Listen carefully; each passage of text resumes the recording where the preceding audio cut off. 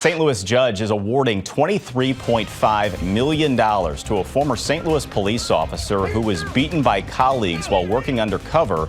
Luther Hall was badly injured in the 2017 attack. So you heard that right. An undercover officer was beaten by other officers and has now won $23 million. Let's talk about it.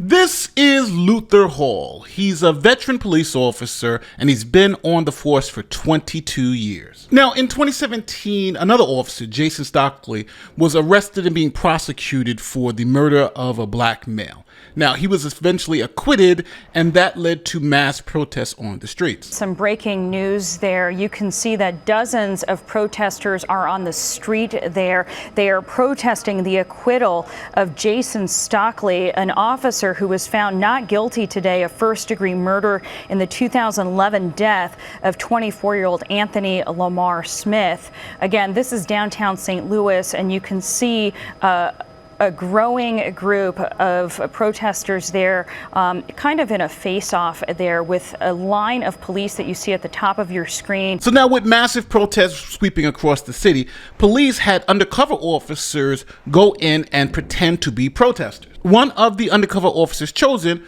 was Luther Hall. It was September 2017. People were protesting the acquittal of another officer, Jason Stockley, who'd been accused of murder. Hall was assigned to work undercover. This is his video. In plain clothes, he walked among the crowd, documenting property damage, live streaming back to command staff at headquarters, or so he thought. So it was a protection for us.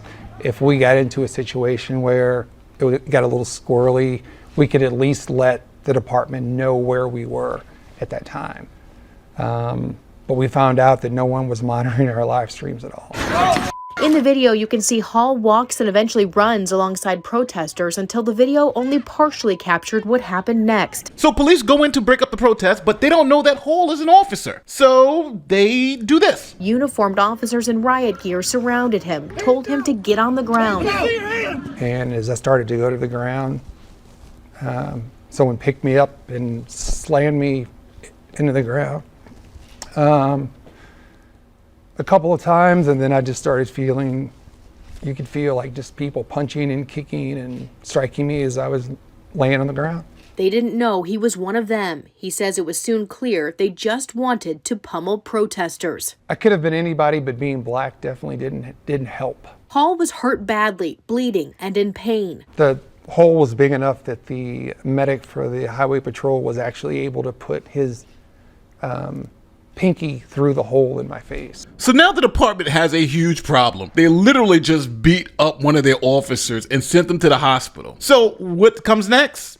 Obviously, the cover-up. He wasn't taken to a hospital, for example. An injury report written at the time said only, quote, as officers were making arrests, Officer Hall was knocked to the ground, striking the concrete. Oh, they completely lied.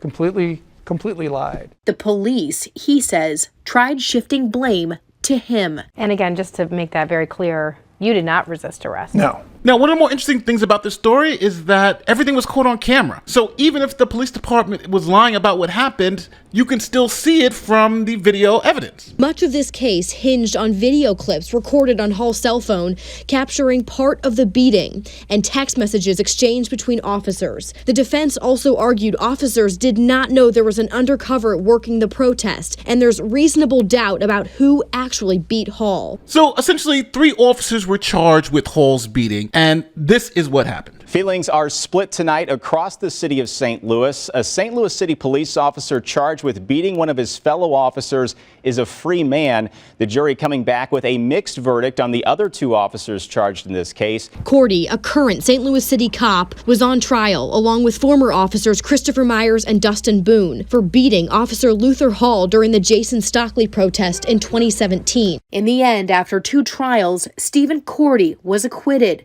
Christopher Myers pleaded guilty to destroying Hall's phone that night, and Dustin Boone was found guilty of depriving Hall of his civil rights. Boone's text messages before and after the beating were admitted at trial. Many of them used the N-word, all adding, Hall says, to the betrayal. Now, a female officer was also at the scene and witnessed the incident, and she lied to the FBI about what she saw. Now, the reason why the FBI knew she was lying is because they caught it on videotape. Just hours ago, another former St. Louis officer learned their punishment related to the 2017 incident. Bailey Coletta, News 4, caught up with her after a previous court date, was sentenced to 3 years probation and 2 consecutive weekends in jail. Coletta admitted she lied to the FBI about what she saw when Luther Hall was assaulted. Hall was undercover during protest. Officers beat him, and his injuries were so severe it took weeks for Hall to recover. Coletta's attorney says she apologized to Hall during today's sentencing. She had a terrible lapse of judgment, and she learned that you better weigh your words and know the consequences of what you say, because they could be terrible. So now, one officer was acquitted, but 4 other officers were eventually convicted. Not investigating it, sort of trying to sweep things under the rug. Eventually, 5 officers were federally charged. 1 was acquitted, but 4 convicted for their parts in the beating. So now Hall went and sued the city civilly. Now, think about how powerful Hall's civil case was. The department sent him to infiltrate protesters who were causing property damage. They didn't tell other officers that they had undercover officers within the protesters, and didn't have any way for other officers to identify the undercover officers. And the people who were supposed to be watching a live stream to protect the undercover officers from something happening like this weren't watching the live streams. So the city, looking down the barrel of a massive judgment, settled with Hall for $5 million. 5 on Your Side has learned exclusively that the city of St. Louis has agreed to pay $5 million to a black police officer who was assaulted while working undercover during a 2017 protest. According to multiple sources familiar with the agreement, the indicted officers are not included in the settlement between Hall, the city, Mayor Lyda Crewson, and several other officers. Okay, so Officer Hall's settlement didn't include the 5 officers who were charged in his beating. So Hall then sued all those officers individually for the assault. So Hall sued Officer Randy Haynes for the assault, and Randy Haynes was served, but he never responded to the lawsuit, so the judge put in a default judgment. Then, after hearing on damages, the judge awarded Officer Hall $23.5 million. But I don't think this officer is going to have $23.5 million to pay Hall. St. Louis judge is awarding $23.5 million to a former St. Louis police officer who was beaten by colleagues while working undercover. Luther Hall is back in national headlines after a judge awarded him a $23 million verdict. Back in 2017, while on the force, Luther Hall suffered a severe beating at the hands of his colleagues. Hall was undercover, and they thought at the time he was a protester. Chief investigative reporter Lauren Traeger brings us this exclusive as Hall argues this court win is about much more than the money. And though that number may seem like a very large judgment, the fact is, since Hall was suing another former officer in that case, he may not see much, if any, of that money. Instead, he says 7 years later, he's still hoping to ensure what happened to him never happens again. So now Hall has outstanding lawsuits against the other officers, and he's also looking for $1 million judgments against them. Now, at the end of the day, this case has a lot to do about poor training and poor tactics by the police department.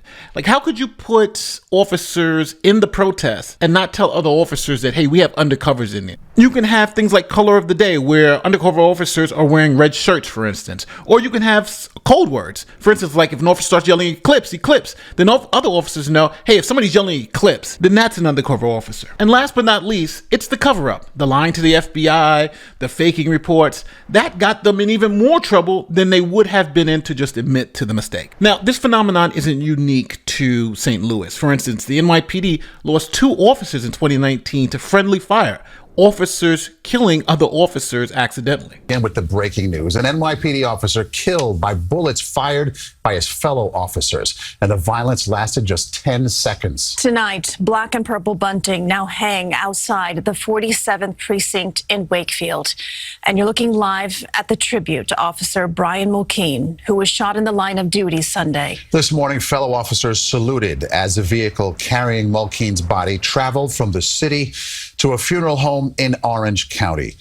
With American flags flying high, service members stopped to pay tribute, and there was even a water salute on the East River. Now, I want to make it very clear. The officers in St. Louis were committing crimes, covering up crimes, excessive force, those type of things. That's not what happened with these officers in New York, which was just a simple accident with no cover-up. Now this shows you officers have an extremely dangerous job, and the department's policies need to be able to protect officers, especially if you're putting them in dangerous situations like undercover work. So let me know what you feel in the comment section. Do you think the $5 million the city has to pay Officer Hall for the beating in St. Louis? Do you think that's enough? Do you think he should have gotten more? Do you think he should have gotten less? Don't forget the officer who actually did the assault has to pay him $23.5 million, which he's never going to be able to pay. If you made it to this part of the video, don't forget to like, share, subscribe, do all that great YouTube stuff. My name is Nate the Lawyer, and I'll see you in the next one.